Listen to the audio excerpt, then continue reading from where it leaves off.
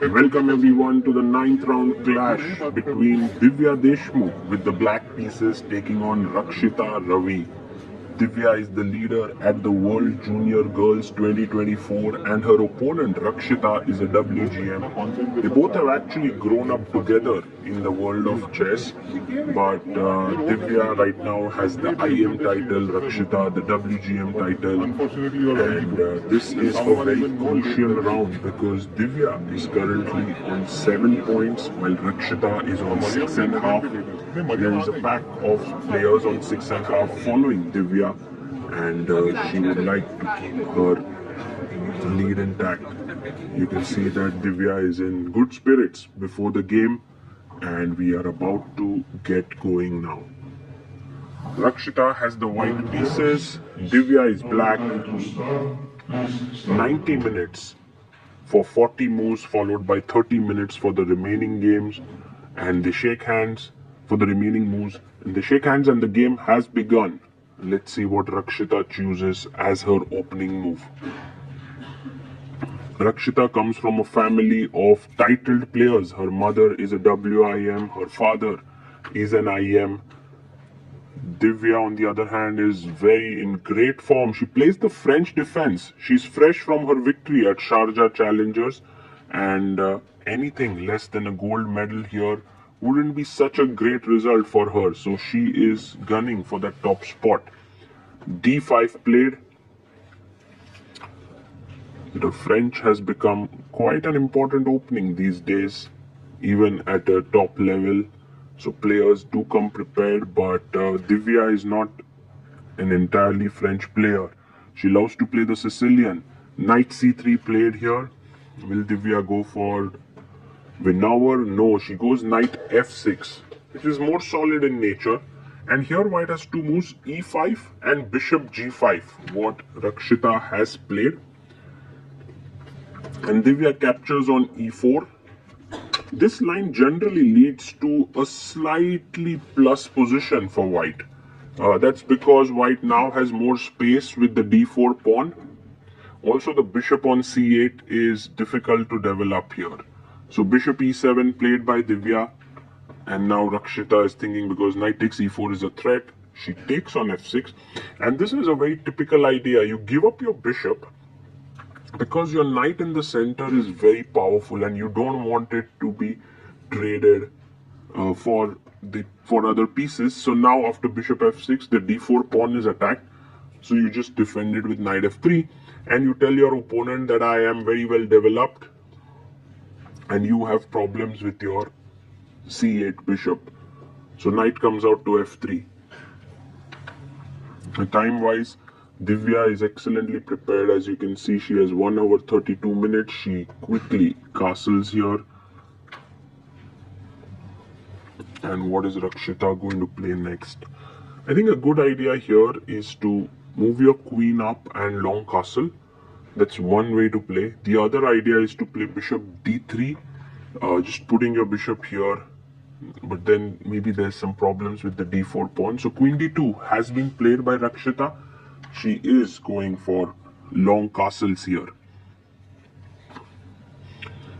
And Divya now will see if she takes time on the clock or not, or is she still going to blitz it out. She goes b6. So she's still in her prep and she's trying to solve the problem of the bishop here. That will come to b7. But first of all, you have to long castle. I think that's just the most natural move. And Rakshita taking some good time for her moves now. She is clearly out of her preparation. So she is making sure that she's sure about what her moves ought to be. So castles here, long castle on the board. 1 hour 25 minutes for Rakshita, 1 hour 33 minutes for Divya. She goes bishop b7 and attacks the knight here. One way to continue is bishop d3. The reason why this is okay now and bishop takes d4 does not work is that after take, knight g5, there's already too much pressure here. So she does go bishop d3. Wow, that's on the board now. Taking the pawn would be a mistake. Let's see how Divya reacts here.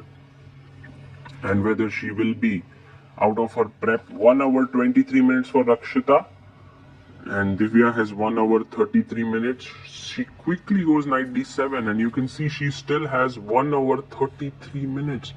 h4 played here, so an aggressive decision, already a very useful move, because the knight can jump to g5 and then try to attack on the king side. Now black's main ideas revolve around the move c5. So Divya is trying to engineer it with the move rook c8. She wants to play c5, but it's not a move that can be very safe, because the rook stands opposite to the queen. So a nice move would be queen e3. Then c5 becomes very difficult to execute, especially with some bishop h7 and problems down the d file. So let's see what Rakshita plays. She goes queen f4. She doesn't move her queen to e3. She goes queen f4. And can Divya now play c5 is the question. Is it a good move?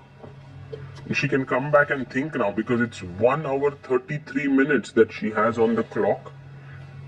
And Divya thinks for just 2 minutes and pushes c5. So she's showing a lot of confidence here in the position. And if d takes c5, there is bishop takes e4, queen e4, and g6, which is playable, and knight c5. So this is the line, but actually Rakshita goes knight e5, and Divya simply chops that knight off. Bishop takes e5, and I guess d5 has to be played. Yes, she takes. And what is black going to do next? She pushes her pawn to c4. That's a nice move. Pushing the bishop away, the rook on c8 is doing a good job here. And Rakshita brings her bishop back to e2. Now there's some pressure down here. And if you play, by the way, queen c7, then the knight would jump into the d6 square. So it's important to get rid of this knight on e4. So bishop takes e4 does make a lot of sense here. She does take it, bishop e4. And now queen takes e4. The most natural and logical move here is queen c7. Your knight is pinned here. You want to get it out of the pin. So queen c7 seems like the best move. Yes, played queen c7.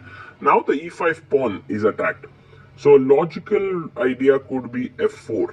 And white should be fine.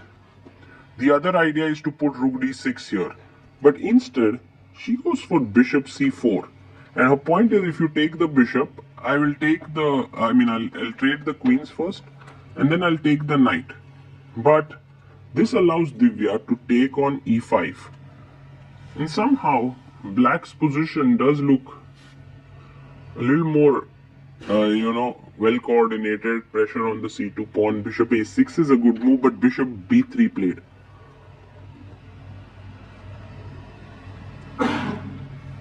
How will Divya continue next? She plays a knight to d7. Very interesting move.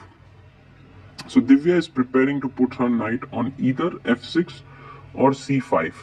And a sacrifice like bishop e6 does not really work because of take and king h8. You can't take on d7. There's a mate on c2. So the move played is queen e3 now. And do you go knight c5? No, goes b5. So Divya slowly is trying to create pressure with her pawns on the queen side. Rook comes up to d4. I'm not really sure what the rook is doing there. Maybe she wants to just double the rooks, or maybe swing them over to g4. And Divya plays very logically with the move a5. Time-wise, she's doing excellently. She has 58 minutes, 24 minutes, 18 minutes in fact for Rakshita. So she's 40 minutes behind on the clock. Let's see how Divya now continues. The knight is attacked. She plays her knight to c5. Slowly and steadily, the pressure on white mounts. a4 is the threat. So c3 played. trying to get the bishop to c2 on this long diagonal. Should you take this bishop or not? Well, Divya says, I don't want to. She goes she goes a4. The bishop comes back to c2, and it's important now to push up onto a3. Yes, because otherwise white would go a3 and all the black pawns would be a bit locked up. a3 played here by Divya and b4 by Rakshita. The position is getting very, very sharp. Now c3 is weak. So Divya plays her knight to a4, threatening the c3 pawn. You want to play c4, but there is e5, which is very strong. So goes queen d3, threatening a mate in 1, nothing less. And Divya just goes g6. Now, how do you defend against the c3 pawn is the question. So she first takes on a4, picks up the knight. Divya takes here. Now her pawns are completely doubled. These are two passed pawns. But thank God there's a middle game before the end game. Otherwise, white is utterly lost. Now king g2 played. King c2, defending the c3 pawn.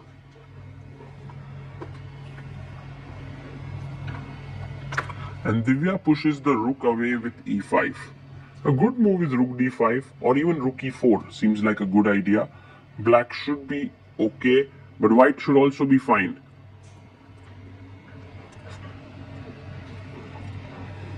Let's see where Rakshita moves her rook. She already is quite low on time. She comes down to 5 minutes. She plays rook d6, which is an error because she's missed Divya's next move, which is a very powerful move. Let's see if Divya finds it. Yes, she does. Queen b7, attacking b4 because the pawn is pinned, and also the g2 pawn. So it's a double attack here, and a fantastic double attack that puts white under huge pressure. King b1 played, and down to 2 minutes 49 seconds now. Divya simply goes in and chops off the pawn on g2. She's not really concerned about her king or anything because it's a juicy pawn, and the f2, h4 pawns are also weak. King is very safe on g8.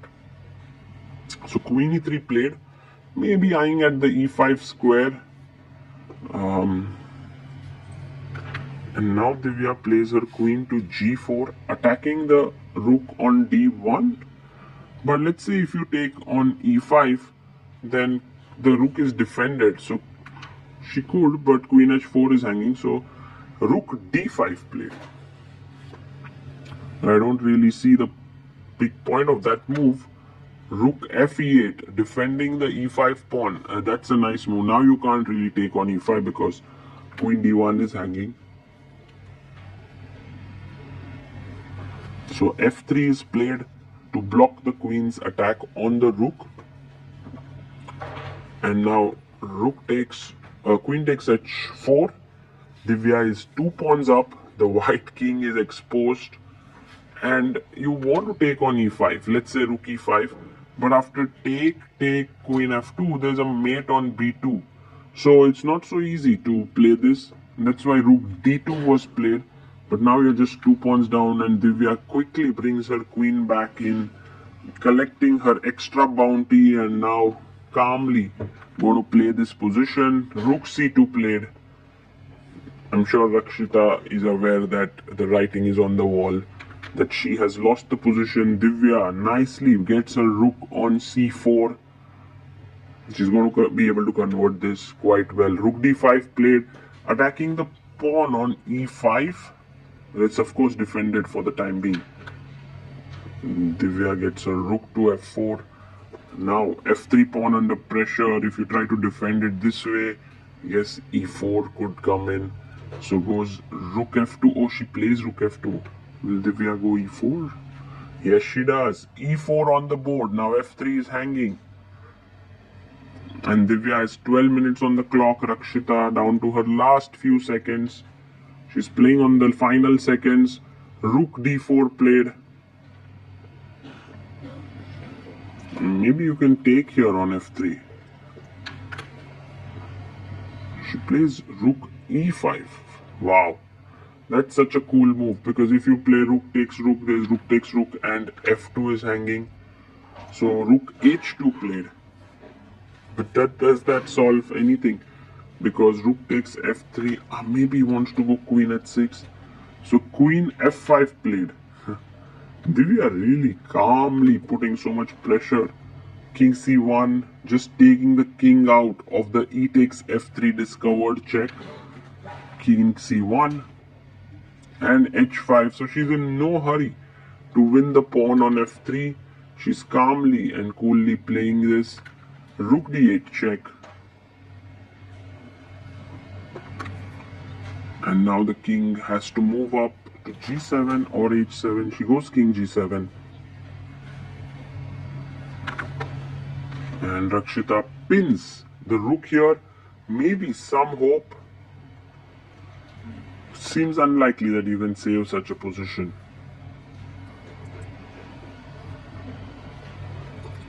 Maybe e takes f3. The threat could be queen d6, trying to checkmate here. That could be the idea. So after some thought, Divya takes with the rook. And now if you play queen d6, there is rook f1 check, which is quite a deadly check. So rook takes f3. Rakshita comes back, writes the move. They have crossed move number 40. So both of them did get 30 minutes more. But the position is now beyond salvation. You know, there's no way to save your position anymore. And Rakshita resigns the game here. And Divya wins. She's now the sole leader. Still 8 out of 9. Fantastic game. Rakshita played well in the opening, but Divya turned out to be the better player in the middle game. And this miss with rook d6, allowing queen b7 and a double attack, proved fatal. Divya Deshmukh on course to becoming the World Junior Girls Champion 2024.